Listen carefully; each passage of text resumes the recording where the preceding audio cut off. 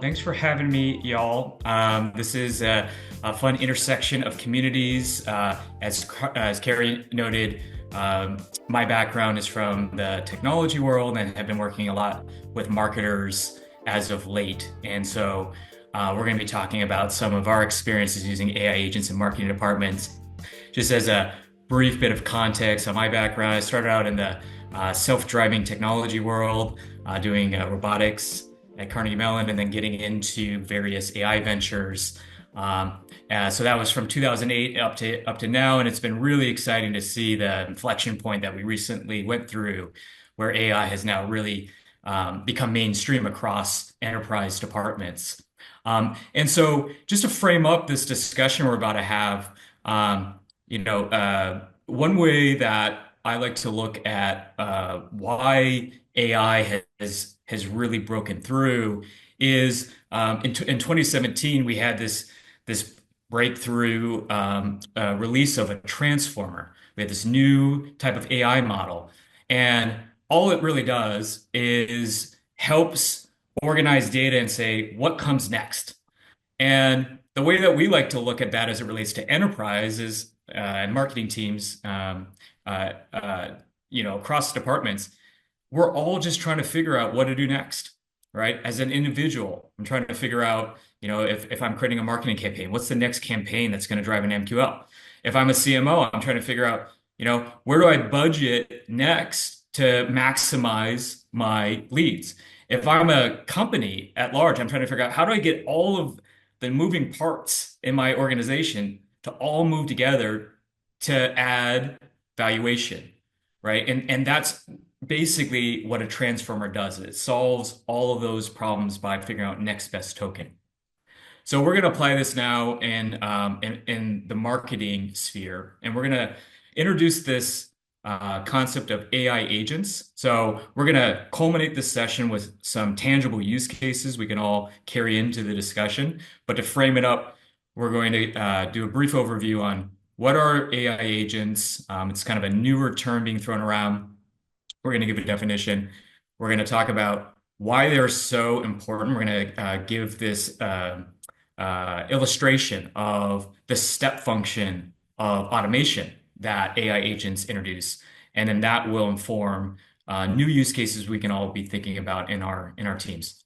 So, as a brief overview of an agent, I'm sure if you open your LinkedIn feed, you're constantly seeing people talk about AI agents. Maybe you're using it in your company in some way, but still, we're all struggling to define it. So, I'm going to just give one way that we like to look at AI agents, and by analogy, by looking at how do AI agents act in comparison to things we're all very familiar with, our employees.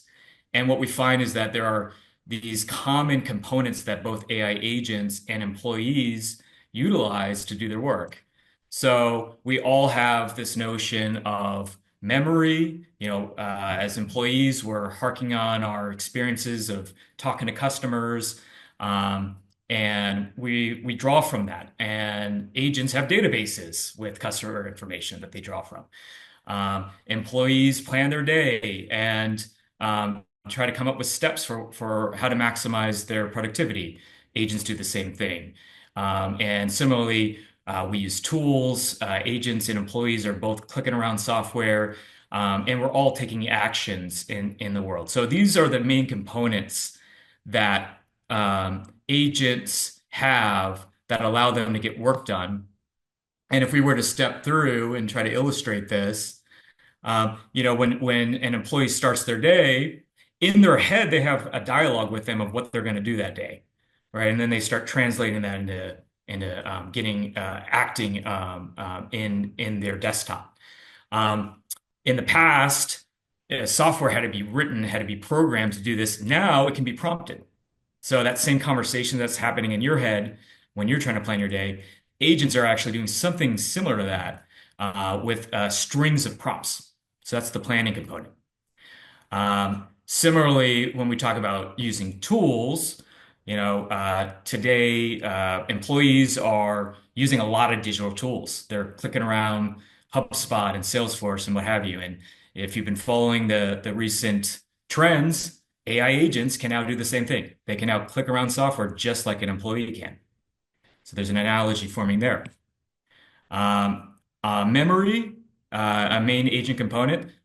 Employees are doing this. We're all doing this on a day-to-day basis, trying to get an intuition on, maybe creating a new marketing campaign. Who should I be targeting? Oh, that conference I went to had a really engaged audience. I think I want to create a cohort there, right? Well, if that's all digitized in your CRM, an agent can look at that same sort of data and draw from it in similar ways. They can reason through the data and say, oh, this seems like a promising cohort to create a campaign around.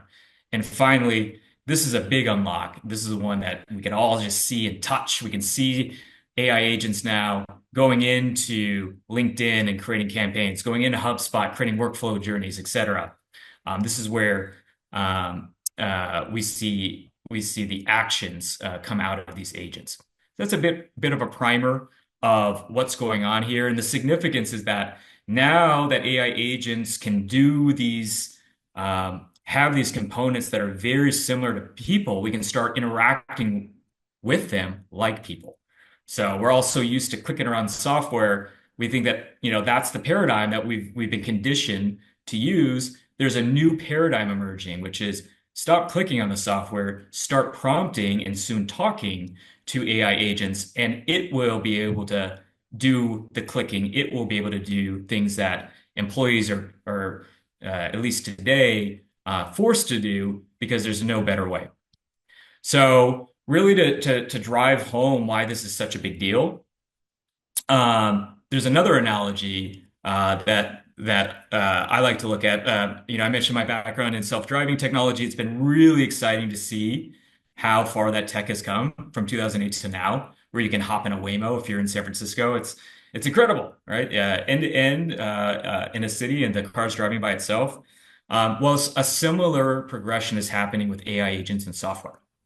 So if we were to just really quickly follow through this before we get into our use cases, we went through step functions along the way to get to Waymos. It started off with a car that was pure mechanical. You had to put your hands on the wheel the entire time, and there was no assistance. And well, the same starting point was with software. Back in the day, the only way you could interface was a command prompt. And today, still, if you're an engineer, maybe you do, but very few of us would. Because of these advancements. The next level was cruise control for cars. You could push a button, and all of a sudden, you could take your foot off the accelerator. You have to monitor things. The same thing happened in software. You could come up with workflows in like Journey Builder in Salesforce, and boom, yeah, push a button, and it's just going to run automatically. Can't, take your eyes completely off of the workflow, but it was a nice enhancement. The next levels kept progressing. Level 2 was around advanced cruise control almost. You could start to have the car maintain lane distance, and software. There was predictive analytics. Einstein, if you recall, was a big thing at one point. Now we get into level 3, which is really where ChatGPT came on the scene. And if anyone's been in a Tesla with full self-driving, that's kind of the analogy, right? For the most part, you can take your hands off the wheel in a Tesla, but no one would risk completely disengaging. That's just disaster waiting to happen, car accident waiting to happen. Same thing is with ChatGPT. We were also impressed the first time we put a prompt, and we got a response, and it looks so compelling. But at the end of the day, you wouldn't trust that message to go to your most valued customer, right? That's the level 3. Level 4 is where we're at now. This is the big change with AI agents. We have now gone through this mode from a Tesla, where you can have a lot of automation, but you're still engaged, to a Waymo, where you can be in the back seat. You can be completely immersed in another task. And that is just a fundamentally different experience, to not be distracted by what's going on being behind the wheel. So an AI agent, that's where we're at today. We're seeing AI agents that can fully automate tasks that would normally require employees to at least be watching over. Now the AI agents can be working alongside employees, and that's that's a game changer if you can put them to use. We're not going to get into level five today, as tantalizing as it might be, but there is progression here in which, just like with self-driving, you can't go in between jurisdictions quite yet.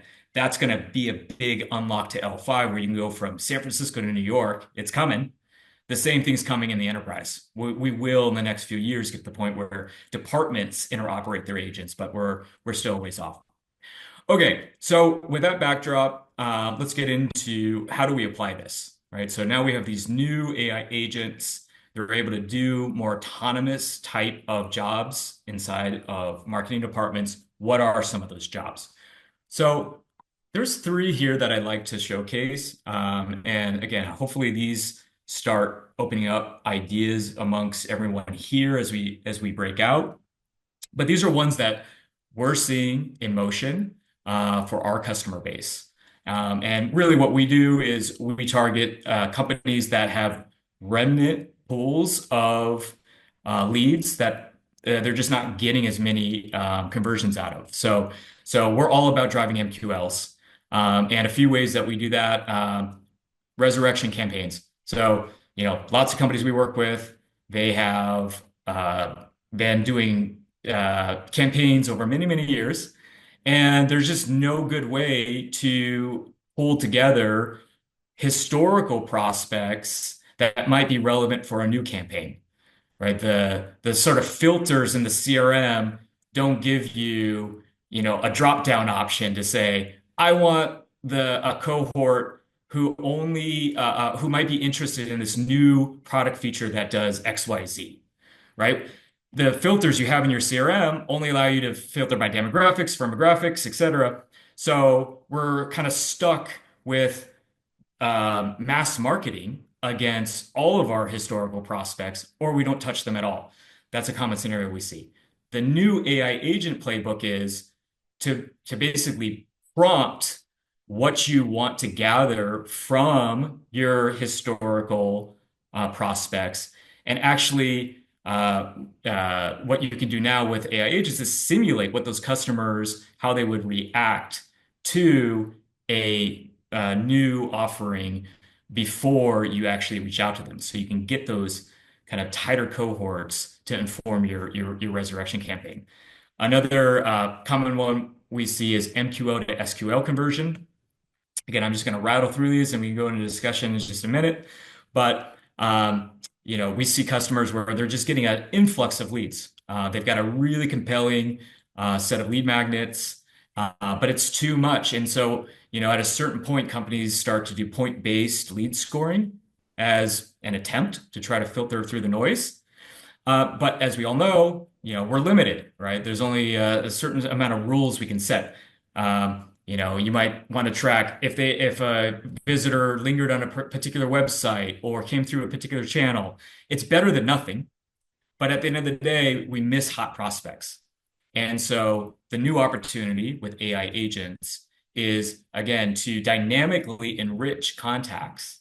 So there's all these sort of data brokers that can give us all sorts of intent signals, and AI agents can choose which ones they can reason as to which ones make sense to enrich at a given time and give much better scoring, much better prediction of who's actually interested in moving forward. And then finally, SEM campaigns is kind of a general one that I think all of us would be, using on a day-to-day basis. How do we go and do SEM campaigns today? Well, we have our ICP, and then we try to fit it into some sort of demographic, firmographic drop-down filters, right? So, I want to target the senior most and the second senior most marketing leader, right? That's my ICP. My economic buyer and my user buyer are those two roles. How do I actually gather them? Well, sometimes it's the CMO who's the economic buyer. Sometimes it's the VP of marketing. Sometimes it's the director of performance marketing who's my user buyer. Other times it's the head of marketing, right? The title, the real world is not as clean as the filters that we get in our dropdowns. So that's the traditional way of approaching SEM campaigns.